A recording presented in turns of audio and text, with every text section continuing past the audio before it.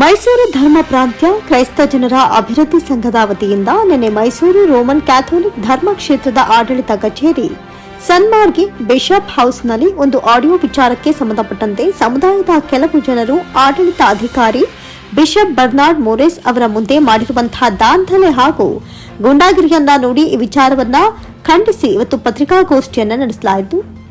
ಈ ಒಂದು ಸಂದರ್ಭದಲ್ಲಿ ಮೈಸೂರು ಧರ್ಮ ಪ್ರಾಂತ್ಯ ಕ್ರೈಸ್ತ ಜನರ ಅಭಿವೃದ್ಧಿ ಸಂಘದ ಸಲಹೆಗಾರರಾದ ಶಾಂತಪ್ಪ, ಗೌರವಾಧ್ಯಕ್ಷರಾದ ಮರಿ ಜೋಸೆಫ್, ಅಧ್ಯಕ್ಷರಾದ ಜೆ ಸ್ಟೀಫನ್ ಸುಜೀತ್, ಉಪಾಧ್ಯಕ್ಷರಾದ ಜಾನ್ ಫರ್ನಾಂಡಿಸ್ ಬೆನ್ನಾ, ಕಾರ್ಯದರ್ಶಿ ಮರಿಯಾ ಫ್ರಾನ್ಸಿಸ್, ಖಜಾಂಚಿ Ambrose George, Sabaridas Dominic, Simon Santosh, Barbara Bayer ಸೇರಿದಂತೆ ಹಲವರು ಉಪಸ್ಥಿತರಿದ್ದರು.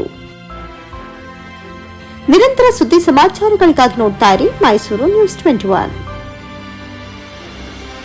ಈ ದಿವಸ ನಮ್ಮ ಮೈಸೂರು ಧರ್ಮಕ್ಷೇತ್ರದ ಕ್ಷೇಮಾಭಿವೃದ್ಧಿ ಸಂಘ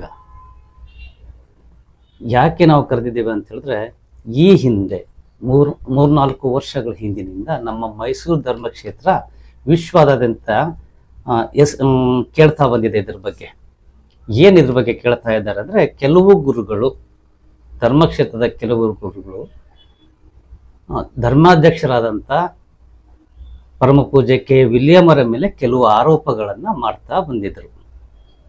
ಇದು ಬಹಳ ವೈರಲ್ ಆಗ್ತಾ ಬಂತು ಎಲ್ಲ ಜನಗಳಲ್ಲಿ. ನಮ್ಮ ಮೈಸೂರಿನಲ್ಲೇ ಮಾತ್ರ ಅಲ್ಲ, ರಾಜ್ಯದಲ್ಲಿ, ದೇಶದಲ್ಲಿ ಕೂಡ ಇದು ಸುದ್ದಿ ಆಗ್ತಾ ಬಂತು. ತದನಂತರದಲ್ಲಿ ಏನಾಯ್ತು ಅಂತ ಹೇಳಿದ್ರೆ, ಇದು ಜಾಸ್ತಿ ಆಗ್ತಾ ಇದ್ದ ಹಾಗೇನೆ ನಮ್ಮ ರೋಮ್ ಪೀಠಕ್ಕೆ, ನಮ್ಮ ಕ್ರೈಸ್ತ ಧರ್ಮದ ಚರ್ಚ್ಗಳ ಒಂದು ಪೀಠ ಅನ್ನೋದೊಂದಿದೆ ರೋಮ್ನಲ್ಲಿ. ಆ ರೋಮ್ ಪೀಠಕ್ಕೆ ತಲುಪಿ ರೋಮ್ ಪೀಠದಿಂದ ಏನು ಮಾಡಿದ್ರು ಅಂತ ಹೇಳಿದ್ರೆ, ಇದರ ಬಗ್ಗೆ ವಿಚಾರಣೆ ನಡೆಸಿ, ಸಮಸ್ಯೆಗಳ ಬಗ್ಗೆ ವಿಚಾರಣೆ ನಡೆಸಿ ಅದರ ವರದಿಯನ್ನು ಸಲ್ಲಿಸಲು 3 ಜನ ಧರ್ಮಾಧ್ಯಕ್ಷರುಗಳನ್ನು ಅಲ್ಲಿಂದ ಕಳಿಸ್ಕೊಡ್ತಾರೆ. ಆ ಧರ್ಮಾಧ್ಯಕ್ಷರುಗಳು ಇಲ್ಲಿ ಬಂದ ಮೇಲೆ ಯಾರ್ಯಾರ ಹತ್ರ ಏನೇನು ಗ್ರೀವಿಯನ್ಸ್ ಇದೆ, ಪರವಾಗಿ ಇರ್ಬೋದು, ವಿರೋಧವಾಗಿ ಇರ್ಬೋದು, ಬಿಷಪ್ ಕೆ ವಿ ವಿಲಿಯಮ್ ಅವರ ಮೇಲೆ ಬರೀ ಗುರುಗಳ ಹತ್ರ ಮಾತ್ರ ಅಲ್ಲ, ಸಾಮಾನ್ಯ ಕ್ರೈಸ್ತರನ್ನು ಕೂಡ ಅವರು ಆಹ್ವಾನಿಸಿ ಆ ಸಮಸ್ಯೆಗಳ ಬಗ್ಗೆ ಆಲಿಸಿದ್ದಾರೆ. ಆಲಿಸಿ ಅದರ ವರದಿಯನ್ನ ರೋಮ್ ಪೀಠಕ್ಕೆ ಸಲ್ಲಿಸಿದ್ದಾರೆ. ಆದರೆ ಆ ವರದಿ ಗೌಪ್ಯವಾಗಿರುತ್ತೆ. ನಾವು ಯಾರಿಗೂ ಕೂಡ ತಿಳಿಯೋದಿಲ್ಲ, ಇವನ್ ಧರ್ಮಾಧ್ಯಕ್ಷರಿಗೂ ಕೂಡ ತಿಳಿಯೋದಿಲ್ಲ. ಆ ವರದಿ ಮಾತ್ರ ಗೌಪ್ಯವಾಗಿರುತ್ತೆ. ಆ ವರದಿಯ ಆಧಾರದ ಮೇಲೆ ಕಳೆದ ವರ್ಷ 2023 ಜನವರಿ 7ರಂದು ಧರ್ಮಾಧ್ಯಕ್ಷರಾದಂಥ ಬಿಷಪ್ ಕೆ ಎ ವಿಲಿಯಮ್ ಅವರನ್ನ ರಜೆಯ ಮೇಲೆ ಅವರು ತೆರಳುವಂತೆ ಆದೇಶವನ್ನು ನೀಡಿರ್ತಾರೆ. ಆ ಆದೇಶಕ್ಕೆ ಅನುಗುಣವಾಗಿ ಅವರು ರಜೆ ಮೇಲೆ ಹೋಗಿರ್ತಾರೆ. ತದನಂತರದಲ್ಲಿ ಏನಾಯ್ತು, ಕೆಲವೇ ದಿವಸಗಳಲ್ಲಿ, ಒಂದೇ ತಿಂಗಳಲ್ಲಿ ಏನಾಯ್ತು, ಅವರ ಪರ ಇರತಕ್ಕಂಥ ಕೆಲವು ಬೆಂಬಲಿಗರು ಇಲ್ಲಿ ಒಂದು ಮೆರವಣಿಗೆಯನ್ನ ಮಾಡಿ, ಪ್ರತಿಭಟನೆಯನ್ನ ಮಾಡಿ, ಈಗ ಆಡಳಿತಾಧಿಕಾರಿಯಾಗಿ ನೇಮಕಗೊಂಡಂತಹ ಮಹಾಧರ್ಮಾಧ್ಯಕ್ಷರಾದಂಥ ಬರ್ನಾರ್ಡ್ ಮೋರೆಸ್ ಅವರಿಗೆ ಮನವಿಯನ್ನು ಕೊಡ್ತಾರೆ. ಅವ್ರನ್ನ ಹೊರಗಡೆ ಮತ್ತೆ ವಾಪಸ್ ಕರೆಸಬೇಕು, ಅವರು ಏನೂ ತಪ್ಪು ಮಾಡಿಲ್ಲ ಅಂತೇಳಿ ಮನವಿಯನ್ನು ಕೊಡ್ತಾರೆ. ಅದಾದ ಮೇಲೆ 1 ವರ್ಷಗಳ ಕಾಲ, ಇಲ್ಲಿ 1 ವರ್ಷ, 12 ತಿಂಗಳ ಕಾಲ ಯಾವುದೇ ಈ ಬಗ್ಗೆ ಎಲ್ಲೂ ವಿಚಾರವೂ ಕೂಡ ಬೆಳಕಿಗೆ ಬಂದಿರಲಿಲ್ಲ, ಮಾತಾಡ್ತಾ ಇರಲಿಲ್ಲ. ಆಲ್ ಆಫ್ ಅ ಸಡನ್ ಅವರು 1 ವರ್ಷ ಕಳೀಲಿಕ್ಕೆ ಇನ್ನೊಂದು 2-3 ದಿವಸಗಳಾಯ್ತಂದ್ರೆ, ಈ ಜನವರಿ 7, 2024 1 ವರ್ಷ ಕಳೀತಾ ಇದೆ. ಒಂದು 4 ದಿವಸಗಳ ಮೊದಲು ಒಂದು ವಿಡಿಯೋ ಯೂಟ್ಯೂಬಲ್ಲಿ ಪ್ರಸಾರ ಆಗಲಿಕ್ಕೆ ಶುರುವಾಗುತ್ತೆ. ತಕ್ಷಣವೇ ಏನಾಗುತ್ತೆ, ಆ ವಿಡಿಯೋವನ್ನ ಕೆಲವರು, ಅದು ಅವರು ಯಾರೇ ಇರ್ಬೋದು, ನಾವು ಇಂಥವ್ರಂತ ನಾವು ಕಂಪ್ಲೇಂಟ್ ಮಾಡಲ್ಲ, ಯಾಕಂದ್ರೆ ಕೆಲವರಿಗೆ ಅವ್ರ ವಿರೋಧಿಗಳೇ ಇರ್ಬೋದು, ಪರವಾಗಿರ್ಬೋದು, ಕುತೂಹಲ ಇರ್ತದೆ. ಹಾಗಾಗಿ ಅದೇನಾಗುತ್ತೆ, ಎಲ್ಲರ ಮೊಬೈಲ್ಗಳಲ್ಲಿ ಅದು ಫಾರ್ವರ್ಡ್ ಆಗ್ಲಿಕ್ಕೆ ಶುರುವಾಗ್ತದೆ, ಎಲ್ಲ ಗುಂಪುಗಳಲ್ಲೂ ಫಾರ್ವರ್ಡ್ ಆಗ್ಲಿಕ್ಕೆ ಶುರುವಾಗ್ತದೆ. ಸೊ ಆ ವೈರಲ್ ಆಗಿರತಕ್ಕಂಥ ಈ ವಿಡಿಯೋದಲ್ಲಿ ಯಾವ ಗುರುಗಳು ಬಿಷಪ್ ಕೆ ವಿ ವಿಲಿಯಂ ಮೇಲೆ ಆರೋಪ ಮಾಡಿದಾರೋ ಅವರು ಫೋನಿನಲ್ಲಿ ಮಾತಾಡಿರತಕ್ಕಂಥ ವಿಚಾರಗಳು, ಆ ವಿಚಾರಗಳನ್ನ ಇದರಲ್ಲಿ ವಿಡಿಯೋ ಮಾಡಿ ಅವರ ಭಾವಚಿತ್ರವನ್ನ ಆ ಜಾಗದಲ್ಲಿ ಅಂಟಿಸಿ ಪ್ರಸಾರವನ್ನ ಮಾಡಲಾಗಿದೆ.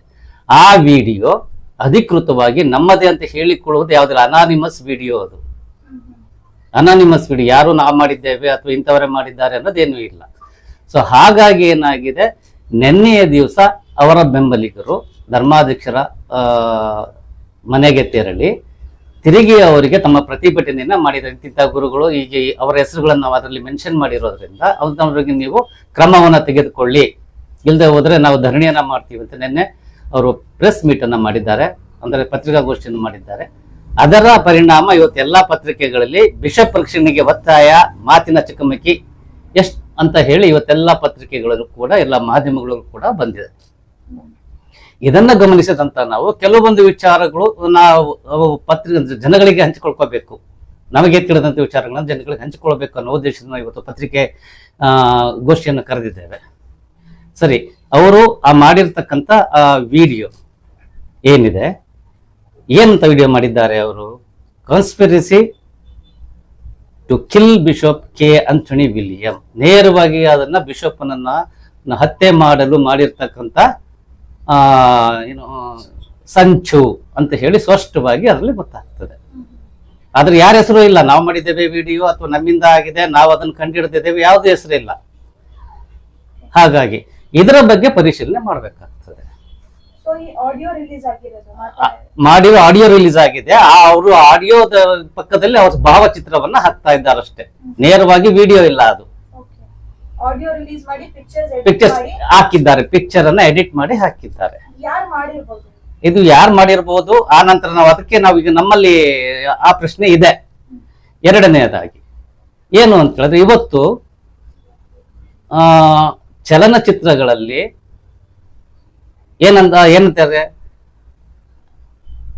ಆರ್ಟಿಫಿಷಿಯಲ್ ಇಂಟೆಲಿಜೆನ್ಸ್ ಸಾಫ್ಟ್ವೇರ್ನ ಕಂಡುಹಿಡಿದಿದ್ದಾರೆ. ಅಡ್ವಾನ್ಸ್ಡ್ ಆರ್ಟಿಫಿಷಿಯಲ್ ಇಂಟೆಲಿಜೆನ್ಸಿ ಸಾಫ್ಟ್ವೇರ್ ಅಂತ ಹೇಳಿ ಕೃತಕ ಬುದ್ಧಿಮತ್ತೆಯ ಸಾಫ್ಟ್ವೇರ್ ಅನ್ನ ಕಂಡುಹಿಡಿದಿದ್ದಾರೆ. ಈ ಕೃತಕ ಬುದ್ಧಿಮತ್ತೆಯ ಸಾಫ್ಟ್ವೇರ್ಗಳನ್ನ ಉಪಯೋಗಿಸಿಕೊಂಡು ನನ್ನನ್ನೇ ಮಾಡ್ಲು ಮಾಡಿ ನಾನೇ ಮಾತಾಡದ ಹಾಗೆ, ನಾನೇ ಫೈಟ್ ಮಾಡದ ಹಾಗೆ ಅದನ್ನ ಕೃತಕವಾಗಿ ಸೃಷ್ಟಿಸಬಹುದು. ನನ್ನ ಧ್ವನಿಯನ್ನೇ ಅವರು ಅನುಕರಿಸಬಹುದು, ಪ್ರತಿ ಒಂದು ಶಬ್ದವನ್ನು ಅಕ್ಷರಗಳನ್ನು ಕೂಡ ಅನುಕರಿಸಬಹುದು. ಈ ಸಂಶಯ ನಮಗಿದೆ. ಹೀಗೆ ಯಾಕೆ ಮಾಡಿರಬಹುದು? ಇವರು ಕೊನೆಯ ಒಂದು ವರ್ಷ ಕಳೆಯುವಾಗ ಇದನ್ನೇ ಯಾಕೆ ಈ ಗುರುಗಳ ಮೇಲೆ ಆರೋಪ ಮಾಡಿರಬಹುದು ಅನ್ನೋ ಸಂಶಯ ಕೂಡ ನಮಗಿದೆ. ಹೀಗಾಗಿ ಈಗಾಗಲೇ ಕೆಲವರು ಕ್ರೈಮ್ ಬ್ರಾಂಚಿಗೆ ಹಾಗೂ DCP ಅವರಿಗೆ ಮನವಿಯನ್ನ ಸಲ್ಲಿಸಿದ್ದಾರೆ. ಅದು ಎಲ್ಲಿಂದ ಅಪ್ಲೋಡ್ ಆಗಿದೆ, ಯಾರು ಅಪ್ಲೋಡ್ ಮಾಡಿದ್ದಾರೆ, ಆಮೇಲೆ ಯಾರ ಸಿಸ್ಟಮ್ ಇಂದ, ಕಂಪ್ಯೂಟರ್ನಿಂದ ಅಥವಾ ಮೊಬೈಲ್ ಇಂದ ಅಪ್ಲೋಡ್ ಆಗಿದೆ, ಅದನ್ನ ಕಂಡು ಹಿಡಿಬೇಕು ಅಂತ ಹೇಳಿ ಆಗ್ಲೇನೆ ಅವ್ರಿಗೆ ಕೊಟ್ಟಿದ್ದಾರೆ.